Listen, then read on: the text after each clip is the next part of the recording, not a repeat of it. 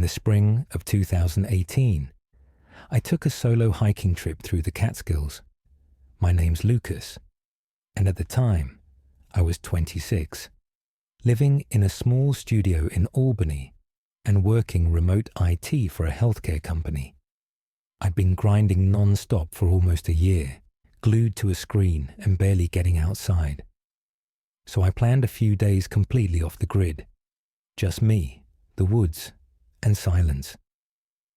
I picked a route through Panther Mountain based on some old hiking forums. A spot called The Bowl kept popping up. It was this low basin surrounded by ridgelines and trees, supposedly with insane sunset views if you got there in time. There wasn't an official trail to it anymore, but some older GPS routes still marked it out. I figured I could get there by early evening, set up camp, and maybe just sit and decompress for once.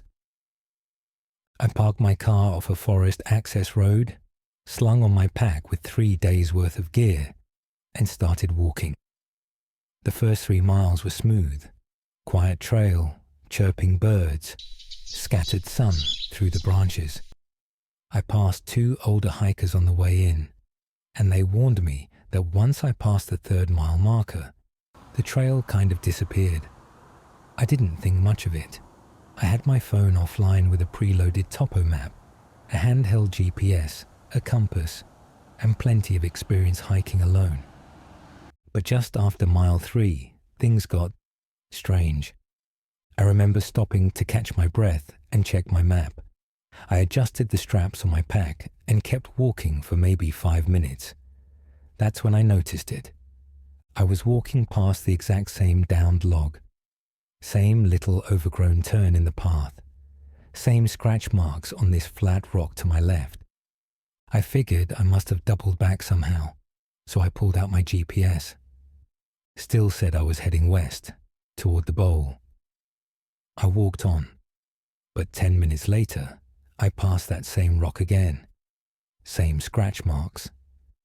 That's when I stopped and said out loud, "Okay, what the hell?"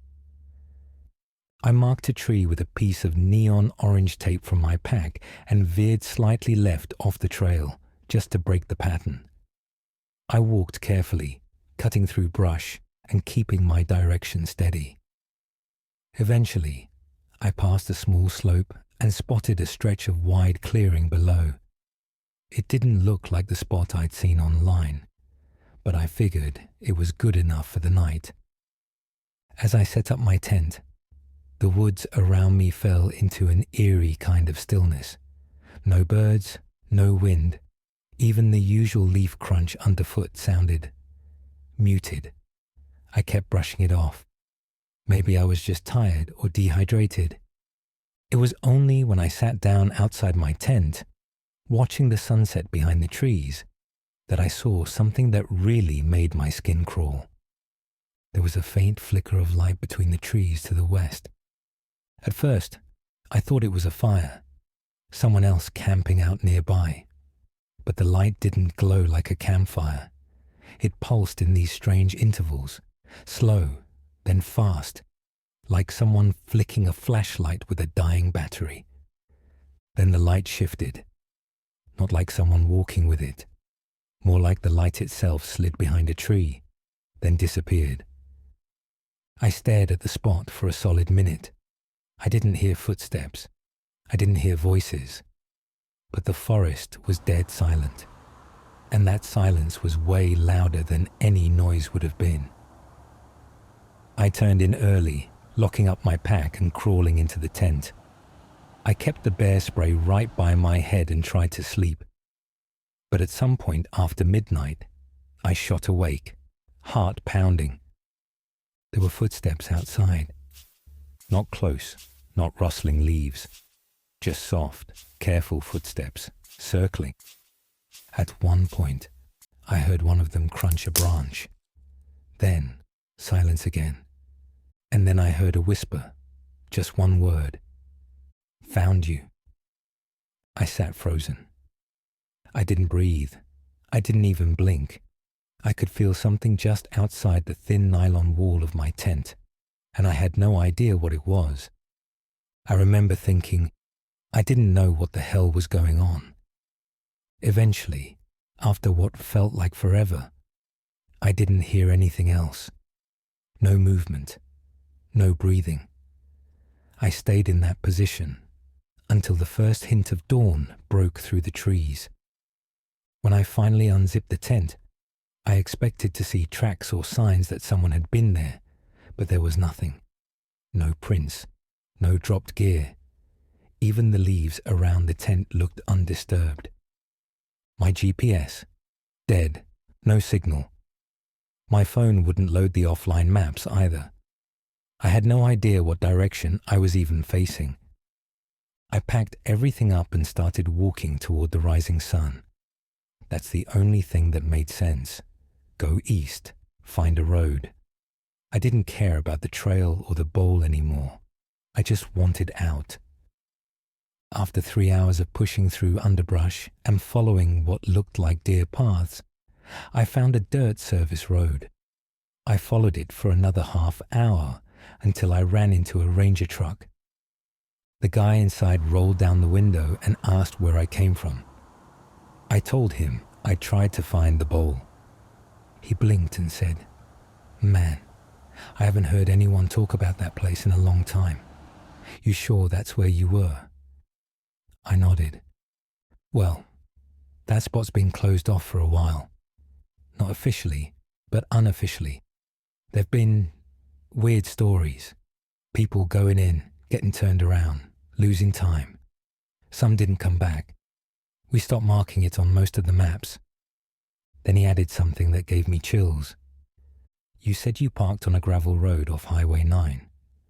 I said, "Yeah." He shook his head. "There's no trailhead there."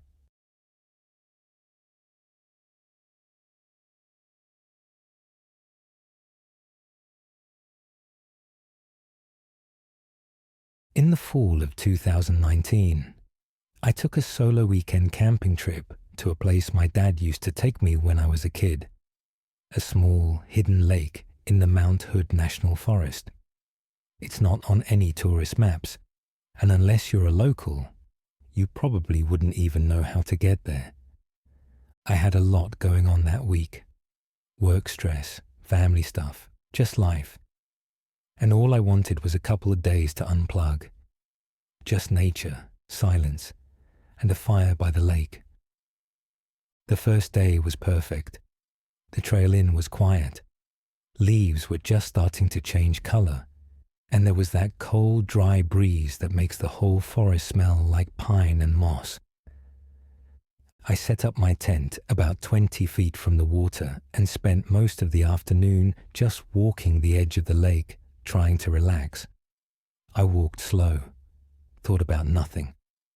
It was the first time in months I'd felt even close to at peace. By late afternoon, I'd circled the lake 3 times. It's small enough to do that in less than an hour. But during my 4th lap, something changed. I spotted footprints, fresh ones, in the dirt, just where the trees met the water. But not boot prints, not sneakers, bare feet. They were long, narrow, toes visible, and they weren't mine. I'd been in hiking boots all day, and I hadn't seen anyone since I arrived. What really messed me up was the fact that I'd walked that exact stretch of trail less than 30 minutes before, and they hadn't been there. I looked around, trying to listen for anything, but the woods were dead silent. No birds, no branches cracking, just stillness.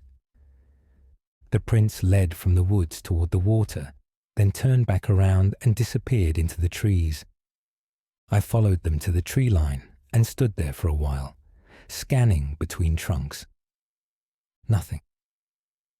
Just as I was about to turn back, I noticed something else. A second set of prints, smaller, also barefoot. I tried to shake it off.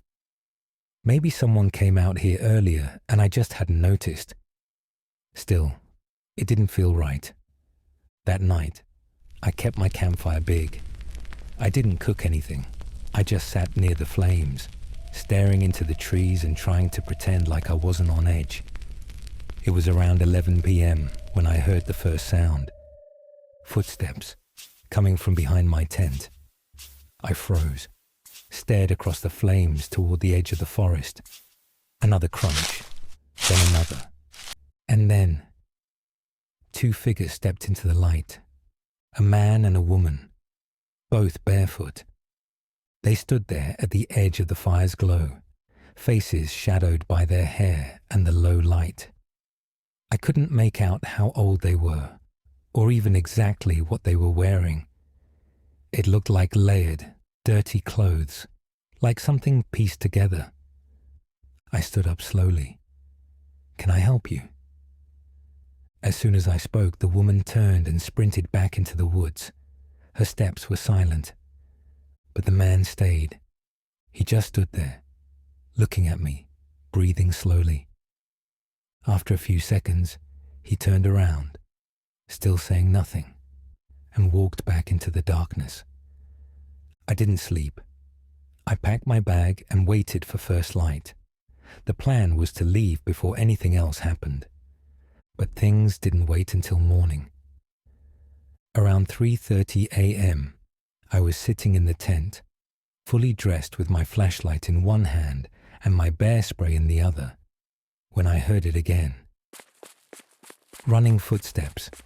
They darted behind my tent, then to the right, then behind again, circling me fast. It was like they were playing.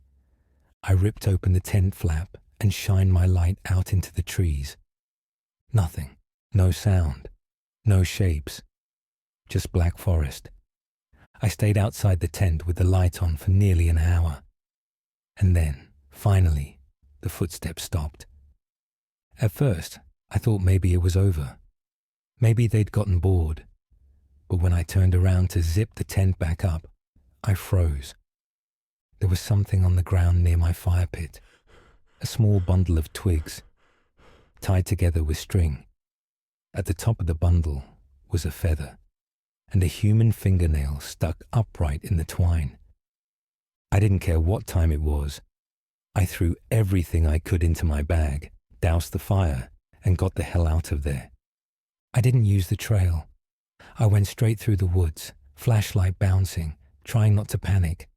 For the first 10 minutes, I heard nothing. Then, I don't know if it was real or just in my head, but I swear I heard them laughing, way off in the distance, like they were having fun watching me run. I didn't stop for over 2 hours. Eventually, I hit the dirt road I'd come in on. My truck was still there. Nothing had been touched. As I was throwing my gear in the back, I caught one last glimpse of the trailhead. There, just off to the right of the entrance, barely visible in the early light, was a set of bare footprints, leading back into the forest.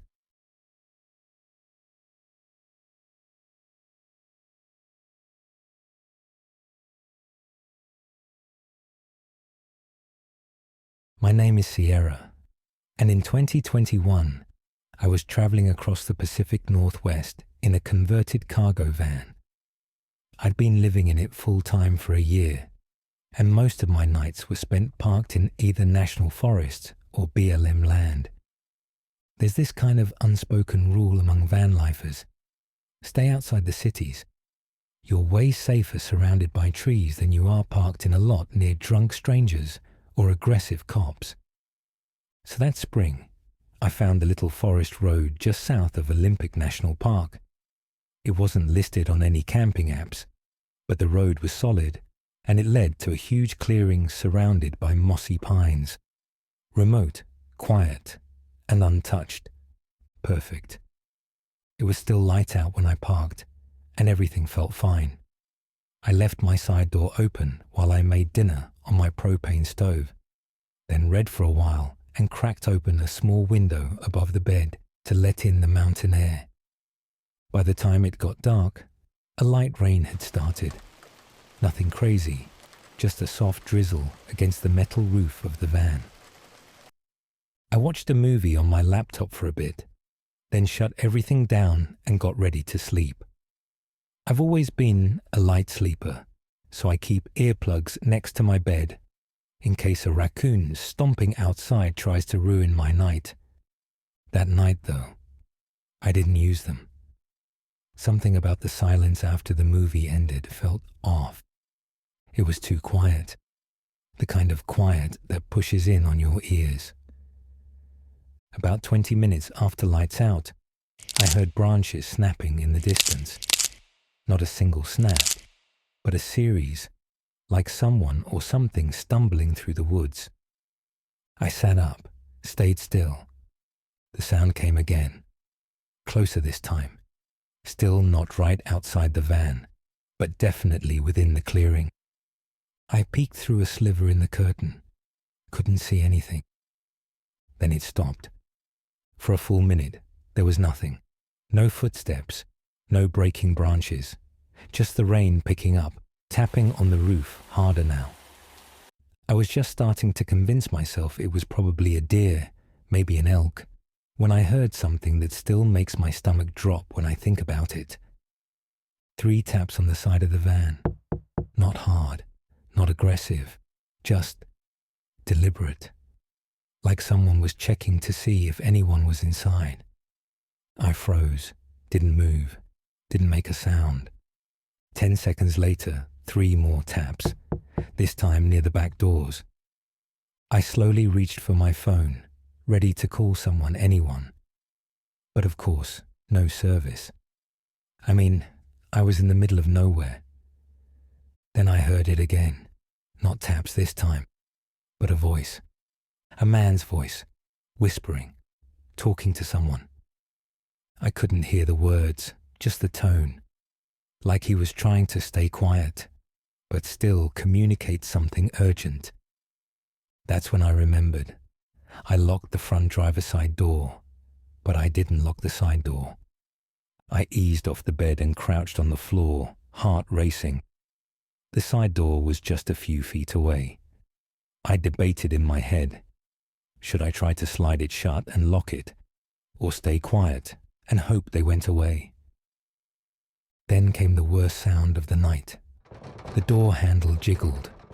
They were trying to open it.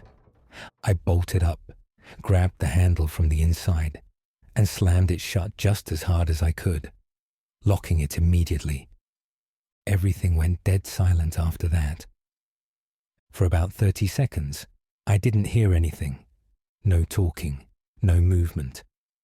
I started crawling toward the driver's seat, figuring I'd start the engine and get the hell out of there, mud or no mud. But right as I touched the keys, someone knocked, hard, on the window next to me. I looked up. Just a silhouette. A tall figure standing just outside the window, face obscured by darkness and rain. Then, from somewhere off to the left, I heard the other one. Another voice, laughing, giggling almost, like this was a joke to them. That was it.